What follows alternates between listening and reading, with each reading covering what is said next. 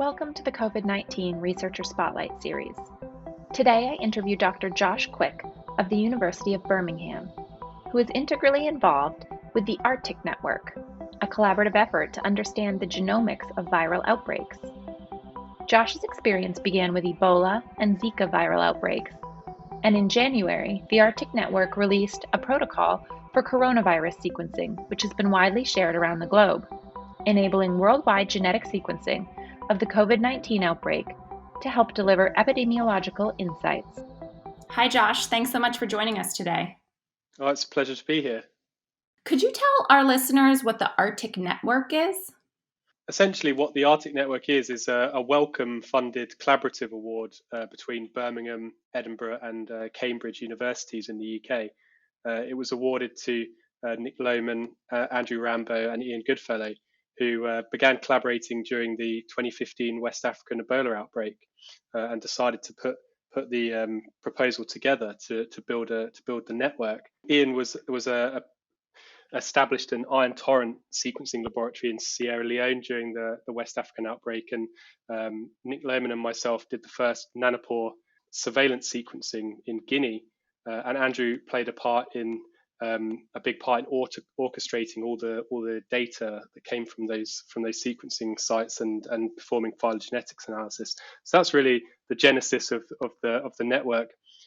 So there's a large group of people, and as a group, we're working to develop tools for sequencing viral genomes during outbreaks to generate real-time epidemiological data.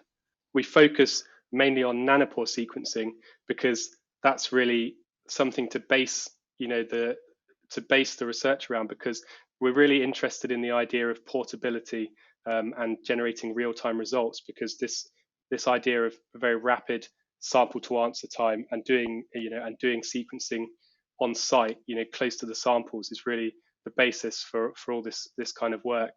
Why is it important to sequence virus samples during an epidemic? It's important to sequence genomes because there's a lot of useful information contained within genome sequences from viral isolates, and that's because as viruses replicate, they introduce errors in their genomes, and those are detected by the genome sequences as mutations. Those mutations can be used to reconstruct the epidemiology of the outbreak through a field called phylogenetics, which is essentially building trees showing the relatedness of isolates, and that can be combined with metadata such as the sampling date to produce a time calibrated tree as well, which you might have seen, and that can be used to predict the start of an outbreak, the most recent common ancestor. It can also be used to model the evolutionary rate. So there's a lot of useful information in terms of the phylogenetics. There are a lot of side benefits as well. So you can use genome sequences to model to identify any signs of adaptation to hosts, treatments, or vaccines, which will also appear as mutations in the genome. But the main reason that we do this is to identify circulating lineages within an outbreak. So, for example, during the 2015 Ebola outbreak, I flew to Guinea with a mobile lab and set it up, and within days we were able to show that there are actually two distinct lineages circulating in Guinea at that time in April 2015, and that wasn't known at the time, and that's because there was a limited amount of genome sequencing available from that region. What we're really trying to do in the network is generate data, in a actionable data in real time, which can deliver epidemiological insights.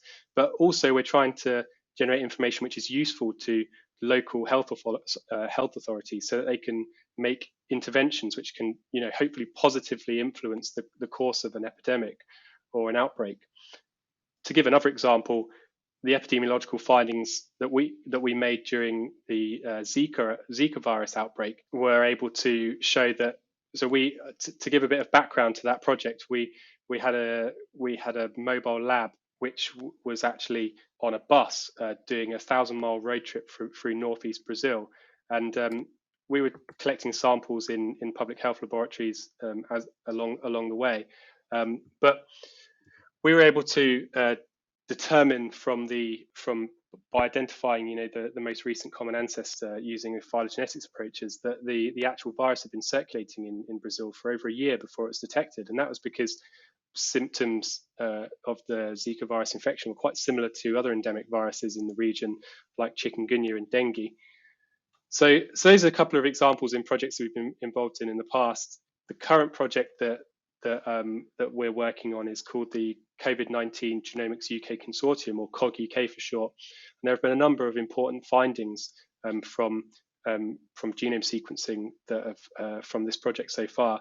In the UK, we've generated the largest number of genome sequences of any country so far of SARS-CoV-2 genomes, nearly 30,000 from the UK.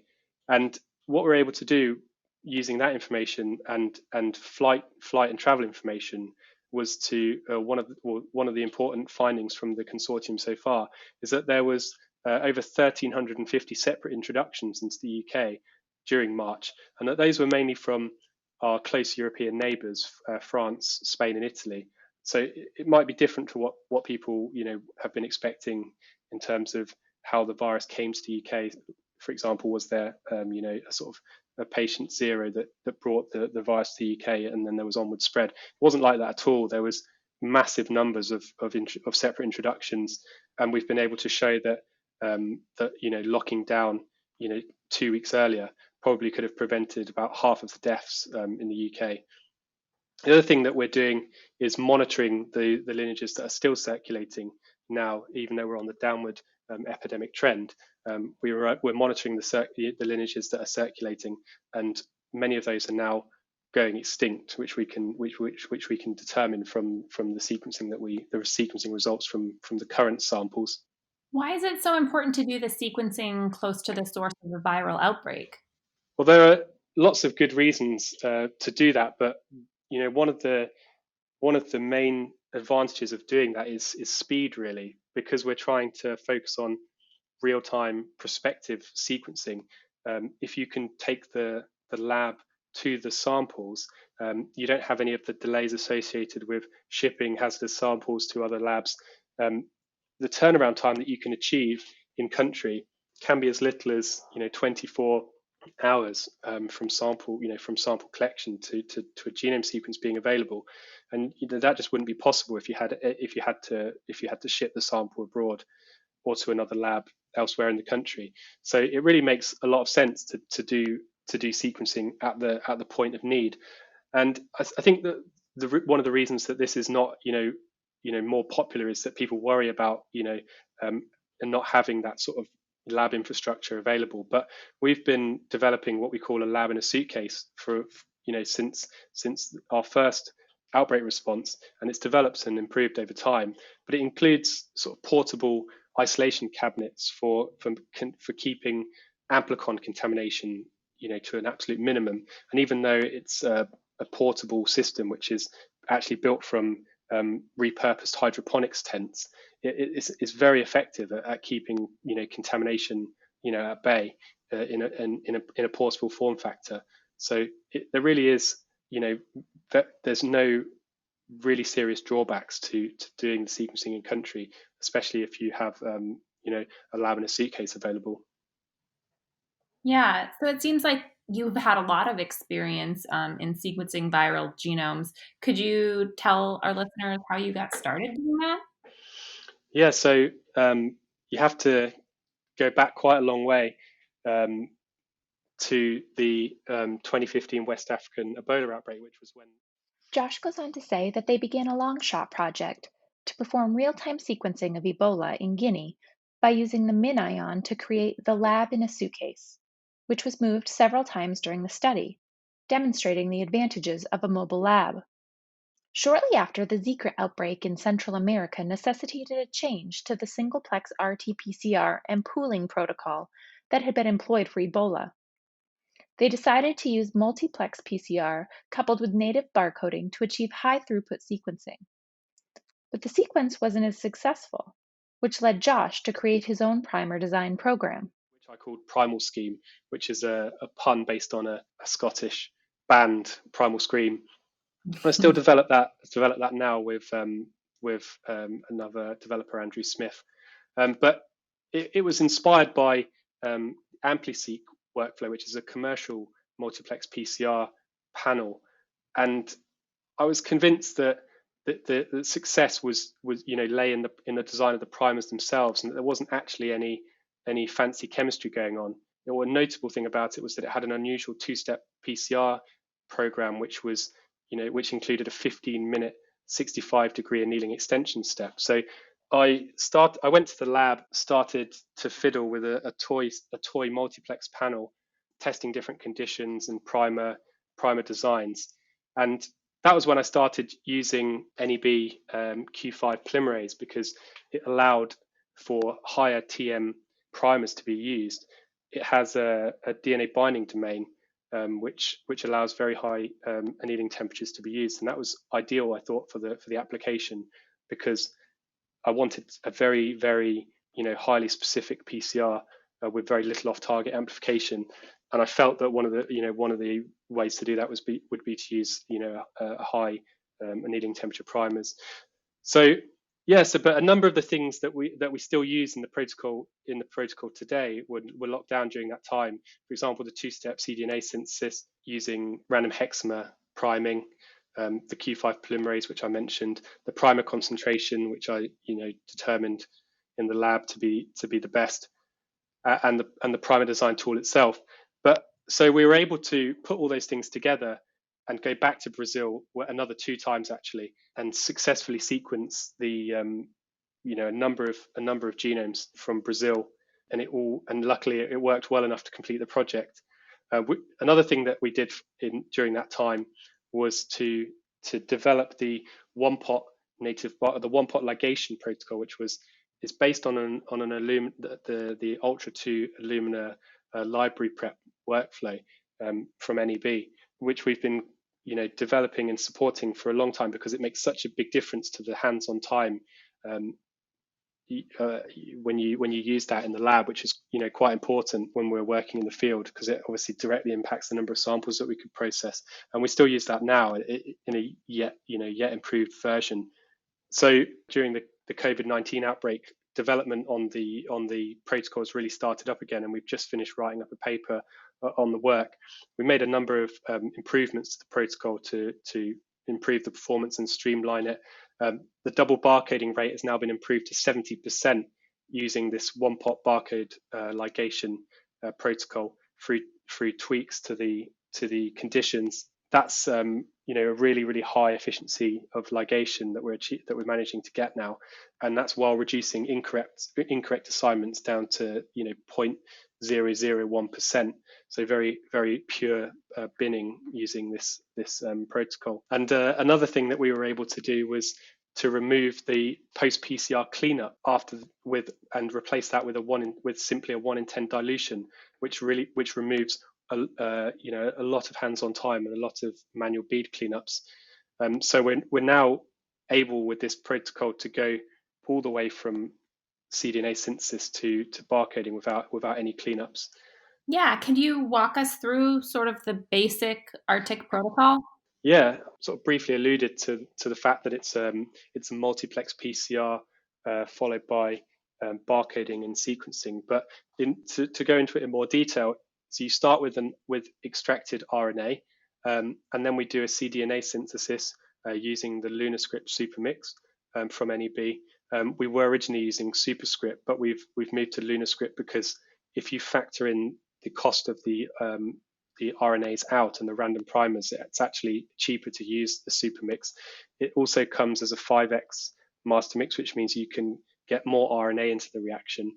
And additionally, it doesn't require a separate denaturation step, which saves hands-on time in the lab. It also contains a dye, which makes it easier to use and makes errors less likely to happen. So following that, we have a multiplex PCR using the ARTIC V3 primer panel. So we use 10% of the PCR reaction in cDNA, We use Q5 polymerase for the multiplex PCR, as I talked about earlier, which allows us to use very high annealing temperature primers and works really well with this two-step PCR thermocycling program we use. And we do 2 reactions per sample that we're sequencing, and those are the effectively the alternating regions amplicons which tile down the genome. We put into 2 different pools, and that's because you can't do them in the same pool because they overlap, which allows us to determine the sequence all the way along. But if you do that in one reaction, then you would produce an overlap product, a short overlap product preferentially. So then after we've done those PCR reactions, we pool them together to generate effectively pools covering the whole genome in one tube, and to dilute them 1 in 10. And what we discovered during this work is that the PCR acts as a normalization. So no matter what the input, if you do 35 cycles of PCR, the PCR plateaus at about 100 nanograms per microliter post-PCR concentration, and that allows you to effectively crudely normalize the samples from one to the other, which means that you can just take a nominal, we take a fixed volume of that 1 in 10 diluted amplicon pools, and we go directly into the end prep of the using the Ultra 2 end preparation kit without any cleanup. So this was what I was talking about earlier, replacing the cleanup there with a 1 in 10 dilution, and we found that end preparation is compatible with that dilution of PCR reactions. That's really helpful time saving there, and it's been very popular with lots of groups that are doing this kind of sequencing because it saves so much time. So really now, by taking that cleanup out, we've gone from RNA all the way through cDNA, PCR, end preparation, barcode ligation with no cleanups, just dilutions. So that's really an impressive sort of workflow, really, of sequential enzymatic reactions all working together. So at the end, we've take all of the. So another thing that we always have done is instead of using a cleanup after the barcoding reaction, we use a heat denaturation to destroy the ligation activity before pooling them together, just so we can do a single cleanup there. And that's something we've done since the days of Zika. So then we adapt those barcoded pools by ligating on the nanopore adapters, and then load them onto the flow cell. And ARTIC Network have developed James Hadfield from the ARTIC Network has developed an application-specific web tool called Rampart, and it's designed to monitor these kind of runs, amplicon runs, so you can see the amplicon coverage by barcode, in real time on the laptop that you're using to run the sequencing, either the MinION or the GridION. So that's very useful. So it sounds like a really streamlined workflow. What countries are currently using this protocol? Well, it's actually hard to keep track, but I have shipped out over 130 packages of primers to people that have got in contact and requested them over a huge variety of countries, 30 or 40 different countries. So we were able to distribute these primers, just by sending out packages via DHL to lots of different countries, and I think that's helped people to get up and running quite quickly, because all you really need to generate these amplicon pools is Q5 polymerase and the primer pools, and you can try that on your cDNA to see if you can amplify it. And then once you've got those amplicon pools, you can sequence them using any next generation sequencing technology that you like. We generate 400 base pair amplicons by default, so you can either sequence that using a 2x250 on Illumina or a nanopore sequencing. So I just wanted to ask, as you're looking at the genetics of each of these individual viral strains and you're seeing these mutations, I imagine some of them are fleeting and some of them are more persistent, and you might see multiple sort of major strains that emerge from this work. I'm curious as to what the implications of those genetic differences are in those major strains are. Can you then correlate those genetic differences to things like the rate of contagion or perhaps the degree to which people become sick from the virus? Could you speak on that a little bit? Yeah, I mean, it's a good question, and you rightly point out that many of the mutations which occur are neutral, have no effect phenotypically. And even though we can detect them with genome sequencing, they appear as mutation in the genome. But obviously, one of the things you can do by doing this type of surveillance is monitor for these kind of changes which do have an effect. And within the consortium, it was reported that these two genotypes, they're called 614D and 614G for the amino acid change, had differences in transmission rate and pathogenicity. And one of the things we were able to do was to investigate that by looking at the prevalence of those two genotypes within the UK data set, and show that actually there is signal there showing that they do have slightly different epidemic growth rates. I mean, the other way of confirming that finding is in the lab, looking at that. But yeah, it's also possible to observe that using the national scale, genome sequencing data. Thanks so much for joining me today, Josh. Oh, it's been great to talk to you. Thanks for inviting me. Thanks for joining us for this episode of the COVID-19 Researcher Spotlight series. Join us next time when I interview 3 scientists who are members of the Chan Zuckerberg Biohub in the San Francisco Bay Area. Tune in to hear how Eric Chow, Amy Chrysler, and Emily Crawford are working together to bring reliable testing and genomic sequencing to Californians.